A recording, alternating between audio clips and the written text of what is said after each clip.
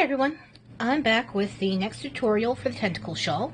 This time I'm going to be showing you how to pick up the stitches at the bottom of Tentacle 1 and start knitting them into Tentacle 2. As you can see, I've moved the live stitches at the top of Tentacle 1 onto a stitch holder. You can use a stitch holder, you can use a tapestry needle to thread these stitches onto a bit of scrap yarn, you can use the lanyard of a circular knitting needle, whatever works for you. We're just going to hold them out of the way for a little bit. Just like before, we're working with worsted weight yarn, F side being yellow, B side being orange. However, instead of our size 6 needles that we've been using up to this point, we are going to use US size 1s or 2.5 millimeters in my case. The particular size of these needles doesn't matter too much as long as they're as small as possible and, reasonably sturdy. We aren't actually going to be knitting with these, just picking up some stitches that will then be knitted with our size 6s. So just whatever you have that's small and close to hand should work well enough. I recommend starting this stage once you've gotten the first 5 rows of Tentacle 1 done. That's enough for you to see that it's working up correctly, it looks good, you've got nice solid F side color on the F side, nice solid B side color on the B side, nothing funky going on at the bottom, just 2 loose flaps of fabric hanging out side by side. And along the edges, we can see those are working up nicely. They're stuck firmly together without any weird loops and without any gaps. So, let's start by facing the B side of the piece. And we're going to be picking up these funky little horizontal stitches so that we can knit those. The reason we're picking those up is so that they don't hang out on the front side of the piece, forming a weird little line of off-looking stitches as we begin knitting Tentacle 2. So, I recommend by going to the absolute rightmost column of B-side stitches, finding the little length of stitch that's most analogous to these funky horizontal guys, and going down through it.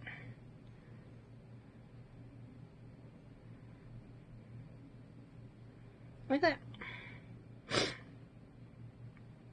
Then we're going to flip it over and pick up the first F stitch. You might be tempted to go for this one here, but you'll see if you pay close attention that that's not our rightmost F stitch.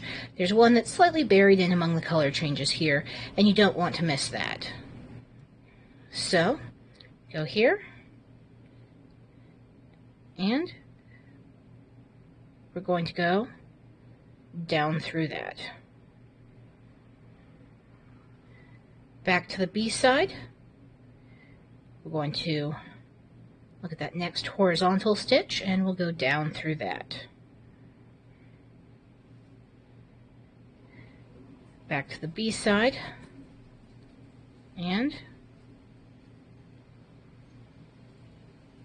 we're going to go down through that. As you can tell, the yarn is getting pretty tight, and it's a little difficult to twist the needle through all of these delicate little maneuvers. That's perfectly normal. It'll loosen up and look a bit more normal once you start knitting it again. Just fussing them onto the needles ends up putting a bit of tension into the piece temporarily.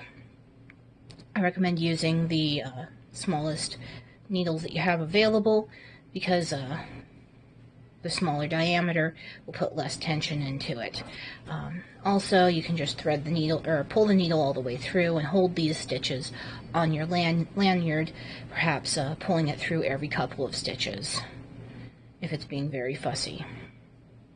But I think this will let us keep working for at least a bit before we have to slide them down. Just picking up those funky little horizontal stitches.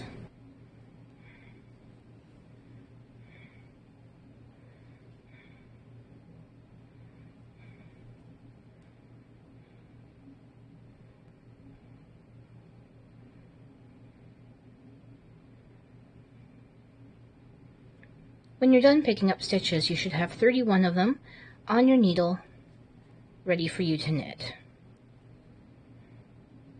They should alternate just like they would if you had cast them on. And of course they should begin and end with the bee color.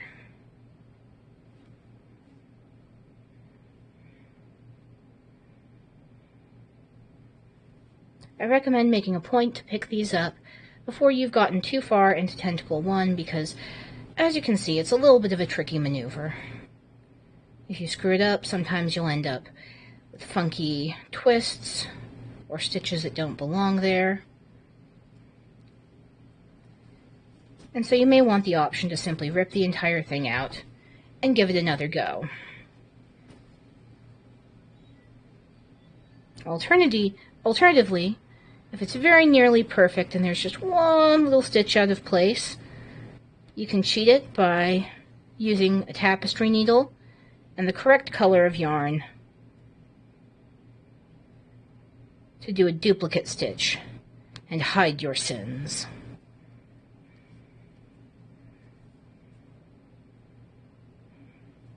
This is an option available to you if you do not want to take the virtuous route of unraveling your entire piece and starting over again.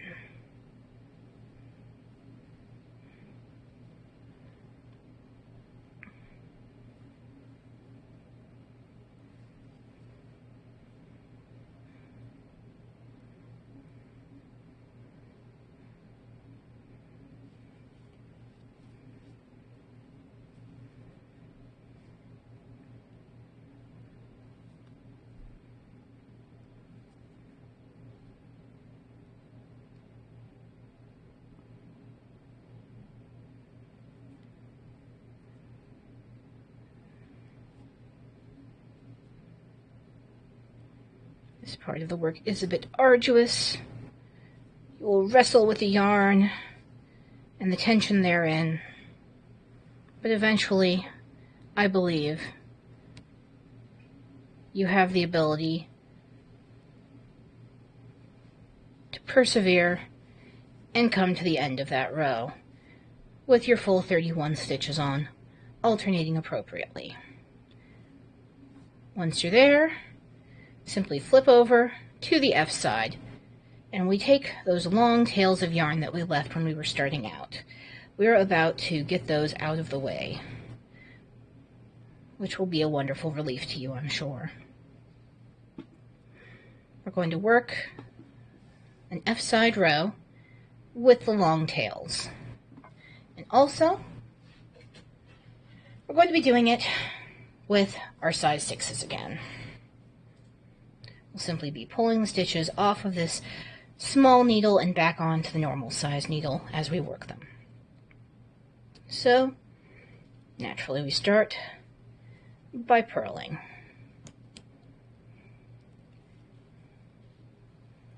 Careful observers will have noticed that our F strand is on the wrong side, so we'll just slip a stitch, put that where it's supposed to be, and work it. Then bring both strands to the front, avoiding twisting them, and purl. And back to the back, and knit.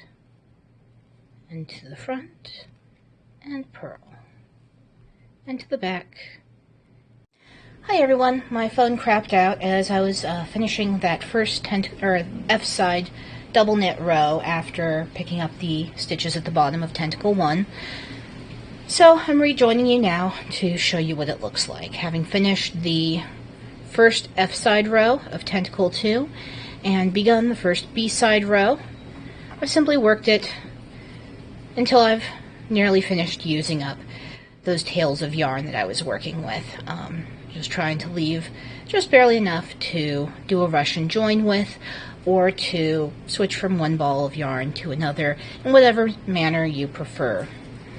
If everything went well, then you should still have a nice smooth side B and a nice smooth side F with no funky color changes, weird twists, or off stitches between them. Particularly because of the tightness of the yarn at that join, you can see where the bottom of the two tentacles meet each other, but it doesn't look too funky. No weird horizontal stitches sticking out.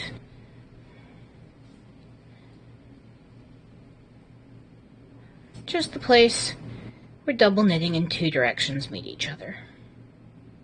If yours looks like this, then you can resume your work on Tentacle 1.